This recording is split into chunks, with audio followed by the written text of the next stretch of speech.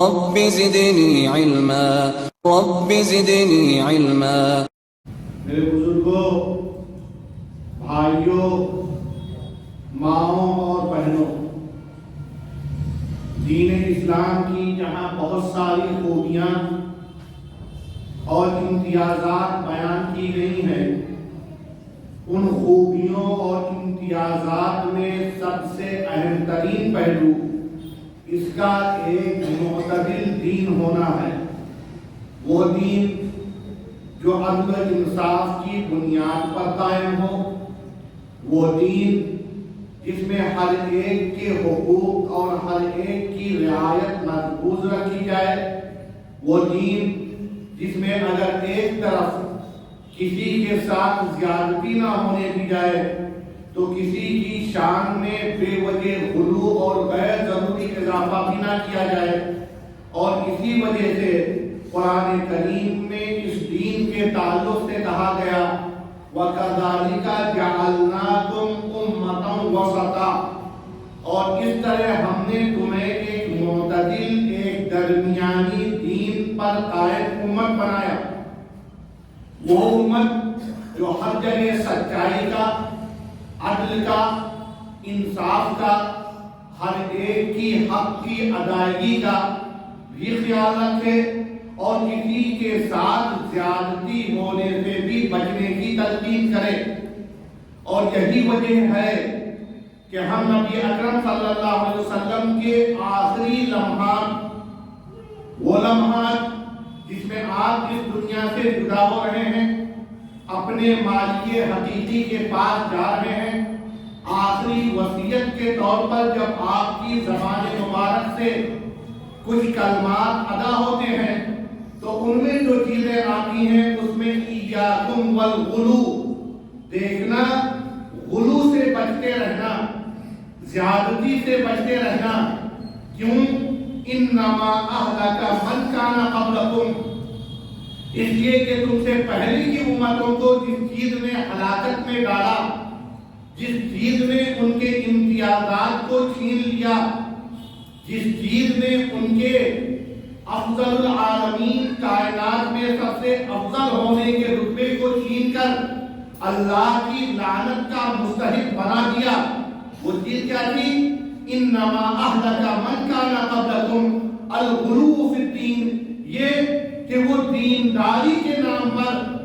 عبادتوں میں اضافے کے نام پر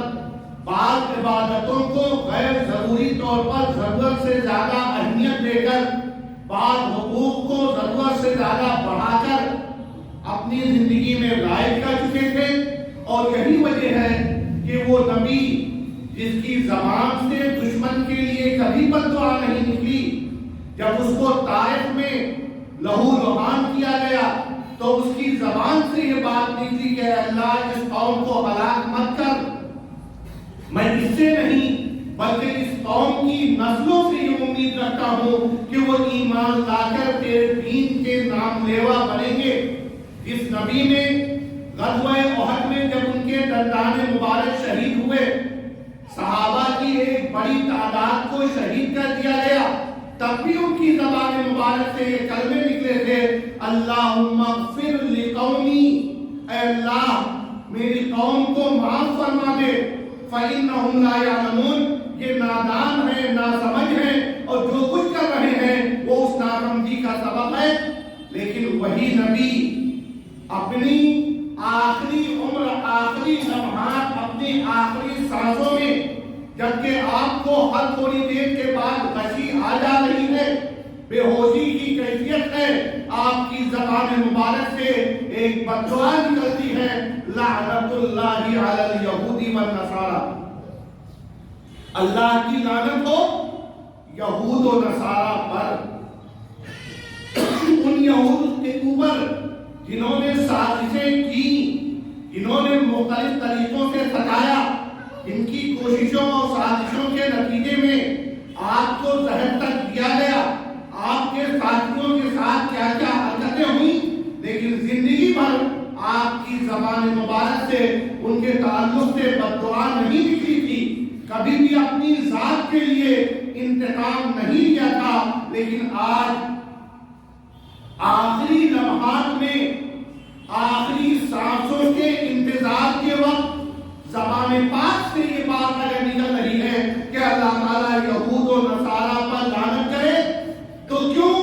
اتخذوا قبور انبیائہم مساجد، اس لیے کہ ان لوگوں نے اپنے انبیاء کی قبروں کو سجدہ گاہ بنا کر انبیاء کی شان میں غلو کیا، انبیاء کی شان میں غیر ضروری اضافہ کیا، انبیاء کو اللہ کا رتبہ دیا، اور یہ کہہ کر اس قوم پر لعنت بھیجنے سے زیادہ یہ پیغام دینا مقصود تھا کہ میں تمہارا نبی، تمام انبیاء میں سب سے افضل، آج کے بعد کوئی نبی نہیں آئے گا۔ روز قیامت تمام قومیں اپنی انبیاء سے سفارش کے لیے میدان حشر میں کہیں گی، سب کہیں گے نفسی نفسی، میں تو خود اپنے تئیں فکر مند ہوں۔ اس موقع پر اگر کوئی دعا کے لیے حاضر ہوگا تو نبی اکرم صلی اللہ علیہ وسلم کے اللہ کی شان میں سجدہ ریز ہوں گے، اللہ کی حمد و ثنا بیان کریں گے، اور پھر اس نبی سے اللہ کا حکم ہوگا، یا محمد، اے محمد، ارفع راسک، اپنے سر کو اٹھاؤ، اسأل، مانگو، میں تمہاری مطالبے کے مطابق کیا جائے گا،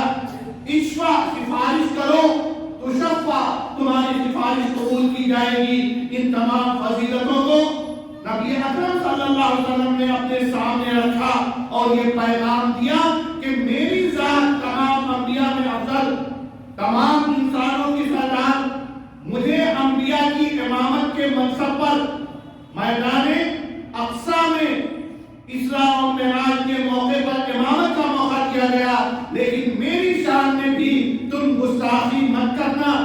اور یہ گستاخی غلو کی شکل میں، یہ گستاخی ان کی شان میں اضافے کی شکل میں۔ لہذا جب عدی ابن حاتم نبی اکرم صلی اللہ علیہ وسلم کے پاس آئے اور انہوں نے کہا ہمارے علاقے میں اپنے بڑوں کے سامنے جھکنے اور سجدہ کرنے کا اہتمام ہوتا ہے، آپ ایک بار اجازت دے دیجیے میں آپ کے سامنے سجدہ کروں، تو نبی اکرم صلی اللہ علیہ وسلم نے سوال کیا کیا میرے اس دنیا سے جانے کے بعد میری قبر کے پاس سے گزرو گے تو سجدہ کرو گے؟ انہوں نے کہا نہیں، یہ حقیقت تو میں بھی جانتا ہوں کہ اس دنیا کے جانے کے بعد کسی کے سامنے سجدے کی اجازت نہیں۔ تو نبی اکرم صلی اللہ علیہ وسلم نے اس بنیاد پر کہ کہیں اس سجدے کو غلو اور آپ کی شان میں زیادتی کی دلیل نہ بنانے، انہیں منع کر دیا کہ اگر تم سجدہ بعد میں بھی نہیں کرو گے تو آج بھی سجدہ مت کرو۔ وَلَوْ كُنْتُ آمِرًا أَحَدًا، اور اگر میں کبھی کسی کو یہ حکم دیتا أَن يَسْجُدَ لِأَحَدٍ کہ وہ کسی کے سامنے سجدہ کرے، لَأَمَرْتُ الْمَرْأَةَ، تو خواتین کو حکم دیتا أَن تَسْجُدَ لِزَوْجِهَا کہ وہ اپنے شوہروں کو سجدہ کریں، لیکن شوہروں کی اطاعت لازم، ان کی فرمانبرداری کے ہم اور آپ پابند، لیکن اس سجدے کی اجازت نہیں۔ اور یہیں سے اس مختصر تمہید کے بعد میں اپنے اصلی موضوع پہ آتا ہوں۔ دین نام ہے اعتدال کا، دین نام ہے ہر ایک کی رعایت کا، ایک کی رعایت دوسرے کو نظر انداز کر دینے کا نہیں، ایک کے حقوق کی ادائیگی دوسرے کے حقوق کو سلب کر لینے کا نہیں۔ اور میں اب اصلی موضوع پہ آتا ہوں۔ ہم اور آپ یہ حقیقت جانتے ہیں کہ اس کائنات میں اللہ اور رسول کی اطاعت کے بعد جو سب سے بڑا رتبہ دیا گیا ہے وہ والدین کے ساتھ حسن سلوک، وہ والدین کے ساتھ اچھا برتاؤ، وہ والدین کے ساتھ نرم کلامی۔ لیکن یہاں پر بھی یہ چیز ملحوظ رہے کہ والدین والدین ہیں، اگر کبھی ان کو ان کے رتبے سے بھی بڑھا دیا گیا تو قرآن کریم صاف طور پر منع کرتا ہے، صاف طور پر کہتا ہے کہ اگر تمہارے والدین تمہیں یہ حکم دیں کہ اللہ کی ذات کے ساتھ شرک کرو، وَإِن جَاهَدَاكَ، اگر وہ دونوں کوشش کریں عَلَىٰ أَن تُشْرِكَ بِاللَّهِ کہ اللہ کے ساتھ شریک کرو، فَلَا تُطِعْهُمَا، تو یہ بات مت ماننا، وَصَاحِبْهُمَا فِي الدُّنْيَا مَعْرُوفًا، لیکن دنیا میں حسن سلوک کرتے رہنا، معاملے میں کسی طرح سے ان کو نظر انداز مت کرنا، بد کلامی مت کرنا، گالی گلوچ نہ کرنا۔ جس اللہ نے حضرت موسیٰ و ہارون کو فرعون کے پاس بھیجا تھا اور کہا تھا وَقُولَا لَهُ قَوْلًا لَيِّنًا، ان کے سامنے، فرعون کے سامنے، وہ سب سے ظالم انسان اپنے کو اللہ کے مساوی اور برابر قرار دے رہا ہے۔ تم دونوں نبی، اللہ کے برگزیدہ نبی، حضرت موسیٰ تو اللہ سے کلام اور دنیا میں ہی گفتگو کے منصب پر فائز ہو چکے تھے، لیکن ان انبیاء کو کہا گیا کہ فرعون سے بات کرنا تو نرمی سے کرنا، لہذا ہم اور آپ والدین کی ہر صحیح غلط بات کو مانے، اس کے پابند نہیں، لیکن ہاں اس کے پابند ہے کہ جب کوئی بات کرے، اگر وہ انسان ہونے کی بنیاد پر کسی وجہ سے غلطی کرے تو اس غلطی کو تو نہیں ماننا ہے، لیکن نرم کلامی سے سمجھانا ہے۔ ان کے ساتھ وَخْفِضْ جَنَاحَكَ، اپنے پہلوؤں کو نرم کر کے اپنے آپ کو برداشت کے ماحول میں لے جا کر، لیکن بد کلامی سے بچ کے حق کی تعلیم دینا ہے، سچائی کو سمجھانا ہے۔ اور یہیں پر ہمارے اور آپ کے ذہنوں میں بار بار یہ حدیث آتی ہے، سنائی جاتی ہے، الجنت تحت اقدام الامہات، جنت ماں کی قدموں تلے ہے، جنت ماں کی خدمت کے ساتھ جڑی ہوئی ہے، جنت والدین کے ساتھ حسن سلوک کے ساتھ مربوط ہے۔ لیکن میں بغیر کسی تکلف کے اس حقیقت کو بھی بیان کرنا چاہوں گا کہ قرآن کو، نبی اکرم صلی اللہ علیہ وسلم کو یہ اندازہ تھا کہ جب نبی کی شان میں غلو ہو سکتا ہے،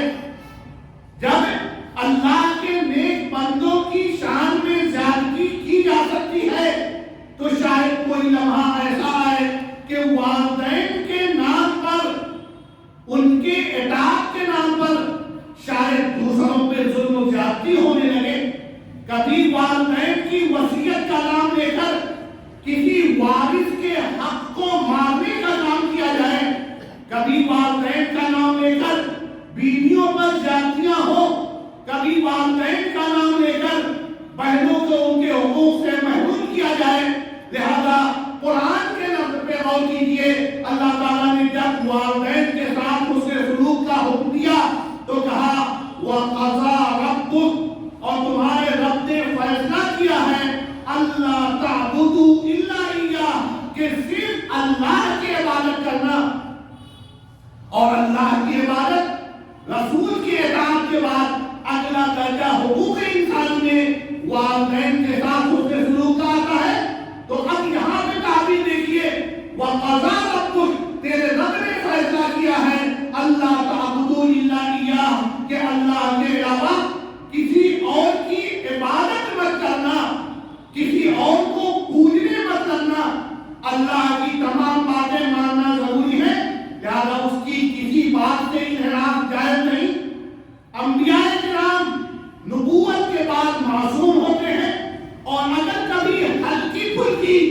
کوئی ایسی چیز ہوتی ہے جس میں تنبیہ کی ضرورت، تو انبیاء کو وحی کے ذریعے تنبیہ کر دی جاتی تھی۔ لہذا نبی اکرم صلی اللہ علیہ وسلم کی مکمل اطاعت کے ہم اور آپ پابند، لیکن جب نبی اکرم صلی اللہ علیہ وسلم سے بات چیزیں ایسی ہوئی جو مناسب نہیں، تو قرآن میں آیت نازل ہو گئی اور آیا عبس وتولی ان جاءہ الاعمی۔ اے محمد، آپ سرداران قریش سے باہر گفتگو ہے، ایک نابینا صحابی حضرت عبداللہ ابن ام مکتوم آتے ہیں اور آپ سے کچھ بات کرنا چاہتے ہیں، تو آپ اس لالچ میں کہ سرداران قریش آپ سے بدگمان نہ ہو، اس صحابی کی طرف متوجہ نہیں ہو رہے ہیں، منہ پھیر دے رہے ہیں، اور قرآن میں قیامت تک یہ آیت محفوظ کر کے آپ کو رہنمائی کی گئی کہ آپ تمام انسانوں میں برابری کریں گے اور تمام لوگ آپس میں برابری کریں گے، صرف انسانی بنیادوں پر کسی کے ساتھ فرق نہیں کیا جا سکتا۔ اور اسی وجہ سے مختلف اور آیتیں بھی ہیں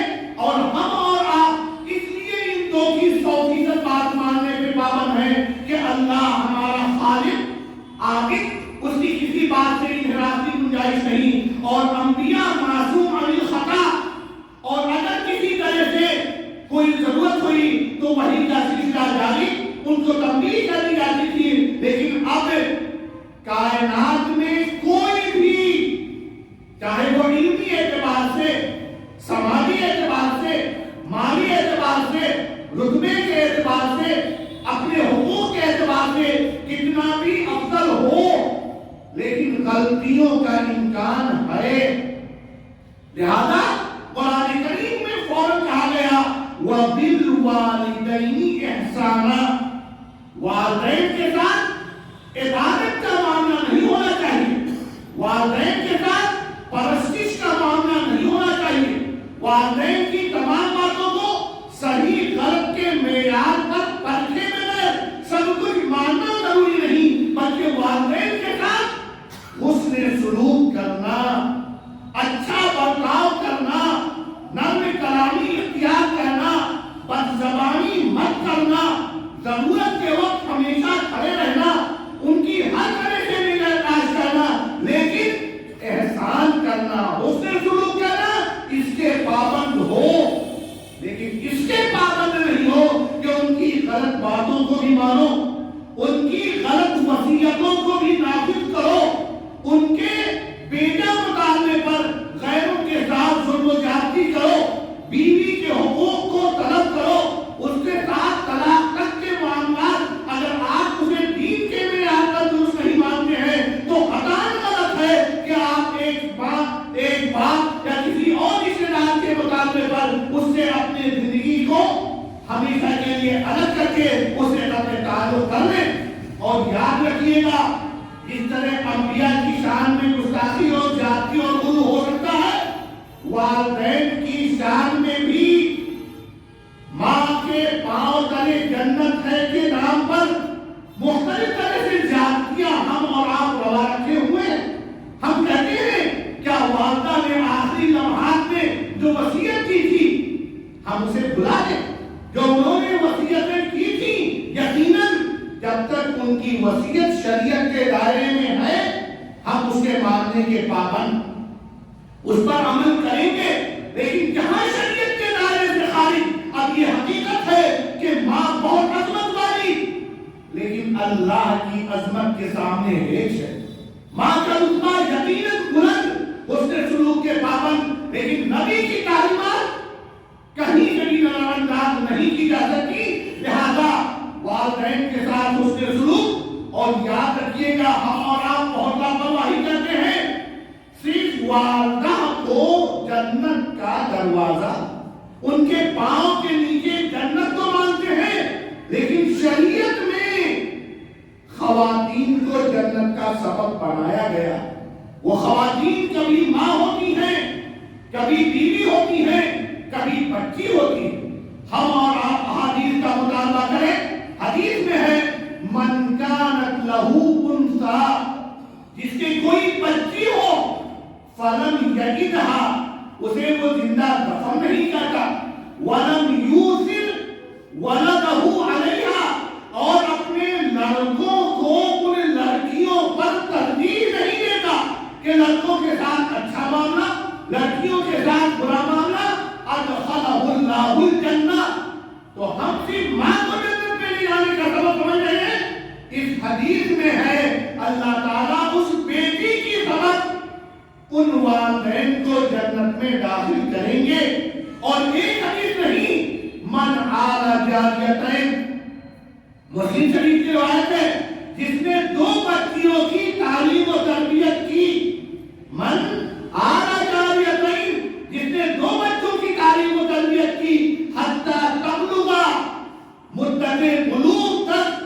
جاء یوم القیامت انا وہوا، تو بچیوں کی تربیت کی وجہ سے روز قیامت جب وہ جنت میں آئے گا تو نبی اکرم صلی اللہ علیہ وسلم فرما رہے ہیں انا وہوا کہاتین، جس طرح یہ دونوں انگلیاں قریب قریب ہیں، اسی طرح بچوں کی صحیح تربیت کرنے والا